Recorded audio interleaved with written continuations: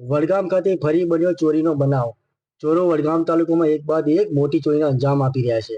ત્યારે વડગામ બજારમાં CCTV camera લગાવવાની વેપારીઓની માંગ ઉઠવા પામી છે।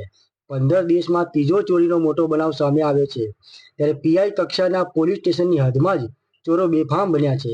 પોલીસ અને હોમગાર્ડ જવાનો બની રહ્યા છે રાત્રિ પેટ્રોલિંગમાં નિષ્ક્રિય। પોલીસ પર સવાલો ઉઠ્યા હતા। વારંવાર વડગામ તાલુકામાં એક બાદ એક ચોરો મોટી ચોરીને અંજામ આપી રહ્યા છે। ત્યારે આજ રોજ વડગામ ખાતે કરિયાણાની દુકાનમાં પાછળના ભાગની બારી તોડી ચોરો દ્વારા દુકાનમાં પ્રવેશ કરી દુકાનમાં રહેલો સામાન 7,000 રૂપિયા રોકડ, 2 ચાંદીના સિક્કા અને 15થી વધુ મસાલાના પેકેટ લઈ ચોરો ફરાર થઈ ગયા હતા। વારંવાર વડગામ તાલુકાની અંદર રોજ બે રોજ એક બે કિસ્સા ચોરીના સામે આવતા જ હોય છે। ત્યારે પોલીસ પર લોકો દ્વારા ધિક્કાર વસાવવામાં આવી રહ્યો છે। કેમ પોલીસ આટલી નિષ્ક્રિય? કેમ પોલીસ કોઈ ગુનાનો ભેદ ઉકેલી શકતી નથી? શું વારંવાર આવી રીતે વેપારી લૂંટાતા રહેશે અને વેપારીઓને મોટું નુકસાન ભરપાઈ કરવાનો વારો આવશે? ત્યારે પોલીસ સક્રિય બની આવા માથાભારી ઇસમો ઉપર કાયદેસરની કાર્યવાહી કરે એવી લોકો દ્વારા માંગ કરવામાં આવી રહી છે। હું મહેશ્વરી સુરેશભાઈ ત્રિકમભાઈ, રહેવાસી વડગામ ગામમાં હું દુકાન ચલાવું છું કરિયાણાની।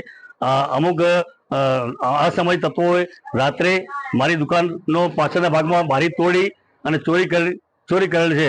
5-7 હજાર રોકડા તેમજ 2 ચાંદીના સિક્કા તેમજ મસાલાના પેકેટ લઈ રાતે ફરાર થઈ ગયા છે। તો મારી નમ્ર પોલીસ ઇન્સ્પેક્ટર સાહેબને એટલી વિનંતી છે કે ગામમાં જો 4 રસ્તા પડતા હોય ત્યાં સીસી કેમેરા લગાવી તેમજ મેવાણી સાહેબની વિનંતી છે કે તમે પણ પોલીસ સ્ટાફ ઉપર જાણ કરી અને તમે સાથે રહી અને આ કેમેરા લગાવો અને પોલીસ તંત્રને પેટ્રોલિંગ થાય એવી જોગવાઈ કરો। કેમ કે અત્યારે 2 દિવસ અગાઉ જ અમારા ગામમાં 4 ભેંસો લઈ ગયા હતા ચોરી કરીને, એનો પણ ભેદ ઉકેલ્યો નથી। એના પછી ટીમા ગામ છે બાજુમાં, ત્યાં લોકો તસ્કરો આવી રાતના 30 લાખનું અંદાજે ચોરી કરી ગયા છે। તેની પણ હજી કોઈ તપાસ થઈ નથી પૂરી। એટલે મારી સત્વરે વિનંતી છે કે ગામમાં સીસી કેમેરા લગાવો, પેટ્રોલિંગ ચાલુ કરાવો, એટલી મારી મેવાણી સાહેબને વિનંતી છે।